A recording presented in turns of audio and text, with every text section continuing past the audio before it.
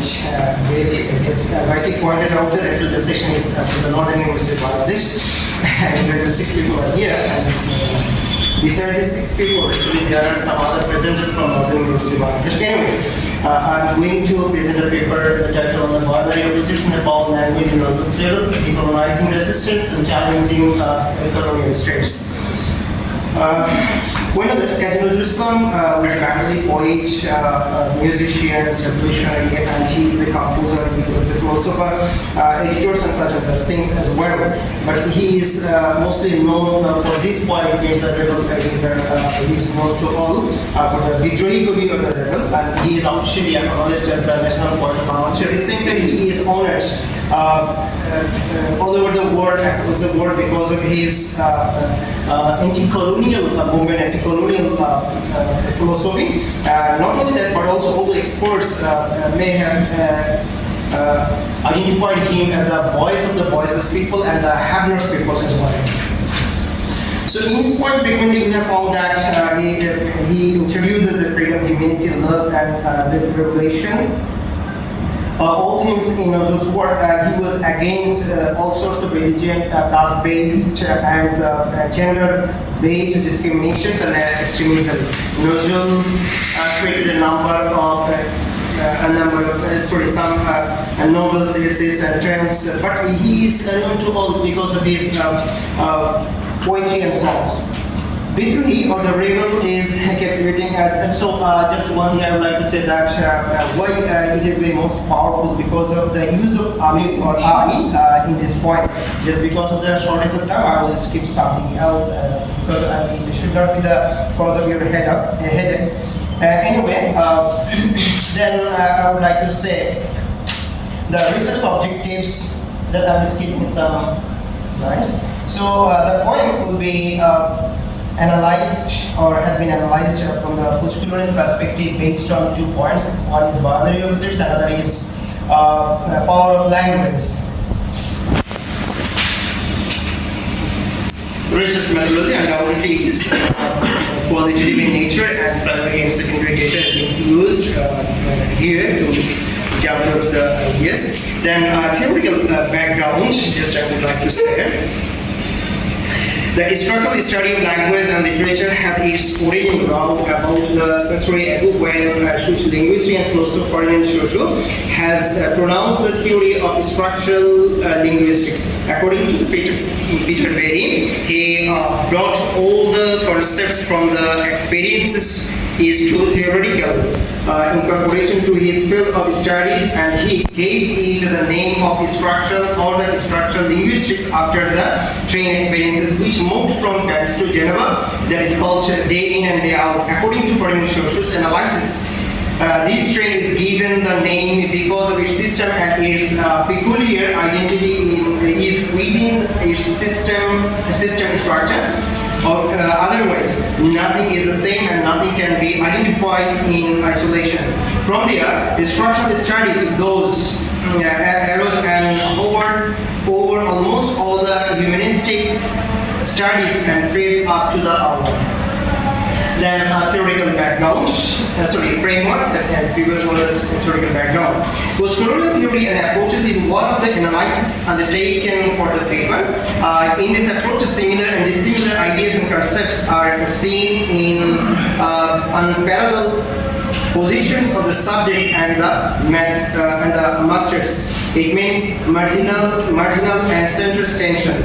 For the purpose theoretically structural point of view and structuralism in which things, ideas, concepts are in boundary positions where one point is identified by the help of other angles. But these structural frames is further decoded and explored by the post-structural or deconstruction strategy. The strategy unfolds 2 unique unequal positions of center and the periphery, privatized and marginalized by Derrida and other theoretical points. Then I'm skipping this one. Okay, I would like to highlight in very brief what the binary opposition is. Binary oppositions is an artificially fabricated dichotomy established by the white man in terms of race, gender, geographical locations, language, culture, religion, and civilization. Colonized countries are seen as existing outside the system of beliefs or the values of the colonizers. The impaired to them that possesses the sense of explicable, exotic, and stays against the ideas and customs of the other or the colonized. So, from the colonial discourses, we know that they have used some boundary opposition that is very remarkable to humiliate or to make us undermine. These are the us and them, first world, third world, white and black, colonized and colonized, self and other. This is most important, powerful and powerless, tortured and torturer, then master and slave, civilized and savage, superior, inferior, human, subhuman, then heterosexual and homosexual, then European, non-European, Western, non-Western, subterranean object. This is also very important for us.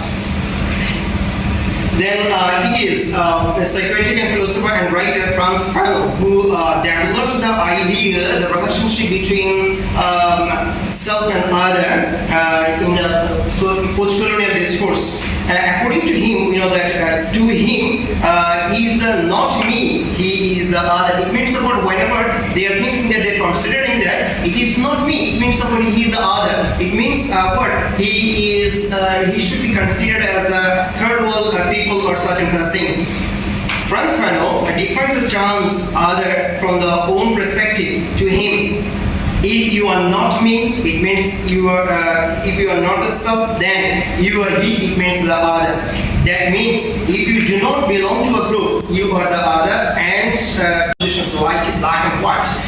Even whenever the narrator describes or portrays the African people, he has used black when whenever he is telling some things about the river Congo, he says that the sunshine has never reached the Congo river and it is black, dark and dirty. At the same time, it is exactly like the snake. It means for the African people's nature or the attitude is compared with the snake. At the same time, whenever he describes about what? About the Western and European, or we can say that that is the Thames River, he says that it is bright, it is very clear and fair, and at the same time the Thames River goes straight away. It means of what?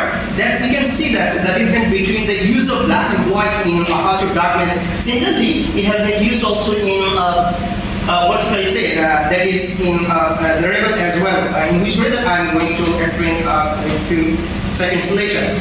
Next, we know that the power relationship is very important to understand the boundary oppositions. Then power discussion, power of language. We know the English is used as the terms of the colonial language everywhere else, and English conquers our mind and it makes us hegemonized to express and to be Eurocentric. That already Bill has complicated and they have said.